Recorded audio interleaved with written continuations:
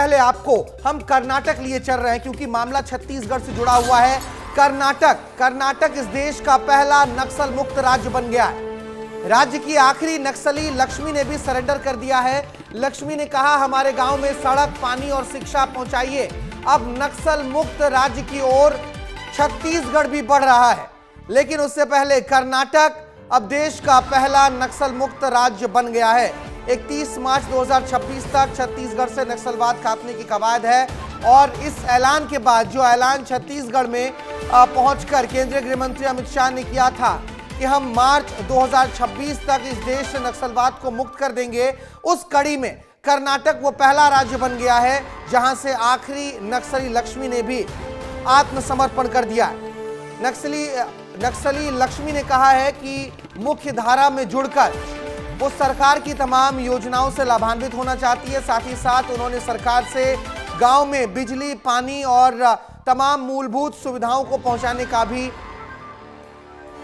शहनवाज मेरे सहयोगी मेरे साथ जुड़ गए इस खबर पर लाइव। आपको सीधे हम शहनवाज के पास लिए चल रहे हैं। शहनवाज, छत्तीसगढ़ को भी नक्सल मुक्त बनाने की कवायद है। मार्च 2026 तक नक्सलवाद का सफाया होना है, गृह मंत्री अमित शाह ने कहा है, लेकिन कर्नाटक इस कड़ी में पहला राज्य बन गया है।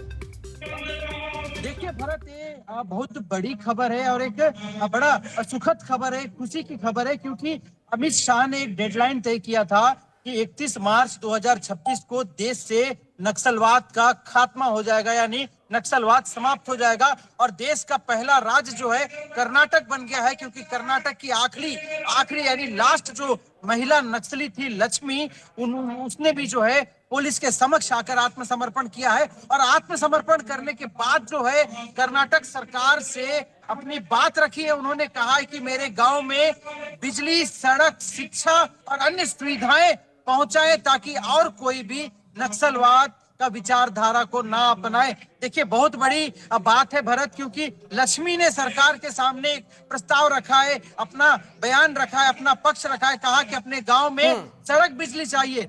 वहीं भरत एक चीज और मैं बता दूं कि साल 2020 में लक्ष्मी के जो पति थे उन्होंने भी आत्मसमर्पण किया था और ये लास्ट लक्ष्मी बची थी जो आंध्र प्रदेश के जंगल में थी, वहां से निश्चित तौर पर। लेकिन कर्नाटक का अगर हम जिक्र कर रहे हैं तो यहाँ पर जो सरकारी योजनाएं थी और पुनर्वास नीति वो बहुत कारगर साबित हुई है। और ऐसे में छत्तीसगढ़ को लेकर जब खुद केंद्रीय गृह मंत्री कह रहे हैं कि देश में सबसे बेहतर पुनर्वास नीति छत्तीसगढ़ में ही बनी है, तो निश्चित तौर पर आने वाले समय में छत्तीसगढ़ भी इस राज्य की सूची में शामिल होगा। बहुत शुक्रिया आपका तमाम जानकारियों के लिए।